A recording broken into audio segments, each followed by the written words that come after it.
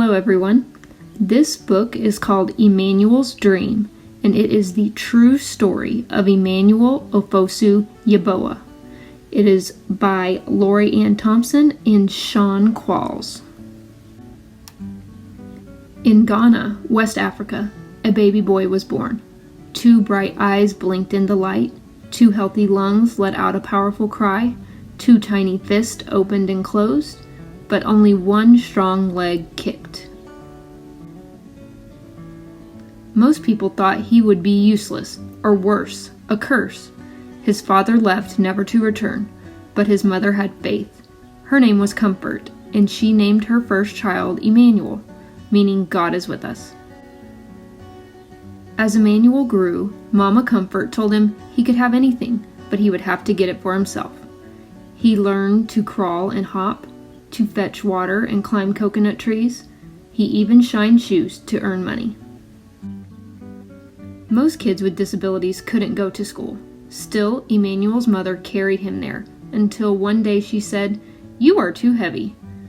From then on, Emmanuel hopped to school and back, 2 miles each way, on 1 leg, by himself.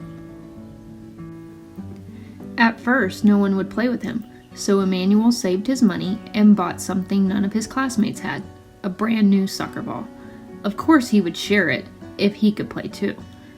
Lunging and spinning on crutches his grandfather had found for him, and kicking the ball with his good left foot, Emmanuel earned their respect.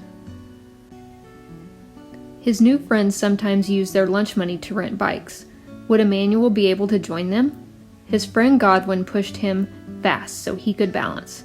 Over and over again, Emmanuel fell, hard, but finally, he rode. When Emmanuel was 13, Mama Comfort got very sick. She could no longer sell vegetables at the market, and Emmanuel's sister and brother were too little to work. He would have to support them. Against his mother's wishes, Emmanuel snuck out and boarded a midnight train to the bustling city of Accra, 150 miles away, alone. He didn't know it then, but it would be 2 years before he saw his family again. Emmanuel arrived full of hope. There were so many people, but no one would hire him. Shopkeepers and restaurant owners told him to go out and beg, like other disabled people did. Emmanuel refused. Finally, a food stand owner offered him a job and a place to live. When Emmanuel wasn't serving drinks, he kept busy shining shoes. He earned money and sent it home. One morning when Emmanuel went to buy shoe shining supplies, the shopkeeper thought he was there to beg and scolded him. Insulted, Emmanuel slammed his money down on the counter. The shopkeeper apologized, but Emmanuel would never forget. When Mama Comfort grew sicker, Emmanuel went home to be with her. From her bed on Christmas Eve, she told her son, "Be respectful, take care of your family, don't ever beg, and don't give up." By the next morning, Emmanuel's beloved mother was dead. He was heartbroken, but he knew her last words had been a gift. He would honor them by showing everyone that being disabled does not mean being unable. It was a big dream, but Emmanuel had a plan.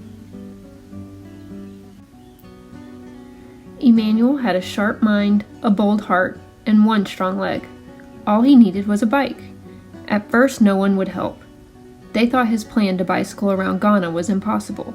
Then Emmanuel wrote to the Challenged Athletes Foundation, all the way in San Diego, California. They sent him a bike, plus a helmet, shorts, socks, and gloves. Emmanuel started training for the long ride. He persuaded the king of his region to give him a royal blessing. He went door to door asking for additional support.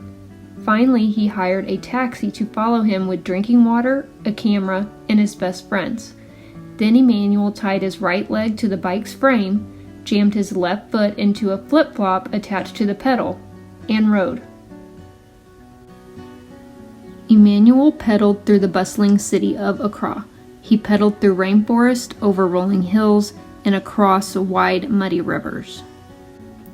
He pedaled past Odum Forest and plantain farms, and through the market city of Kumasi. He pedaled as trucks roared past on the narrow highways and wild animals stalked his thoughts. He pedaled through vast grasslands and into the ancient city of Tamale.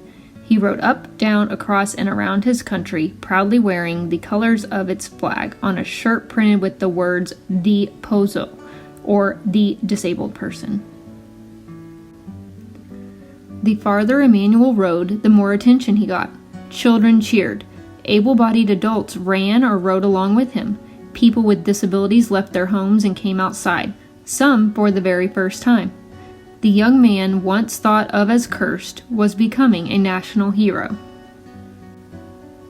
He completed his astounding journey, pedaling south to the sea and back up to Accra, nearly 400 miles, in just 10 days. But Emmanuel's success goes even further than that. He proved that one leg is enough to do great things, and one person is enough to change the world.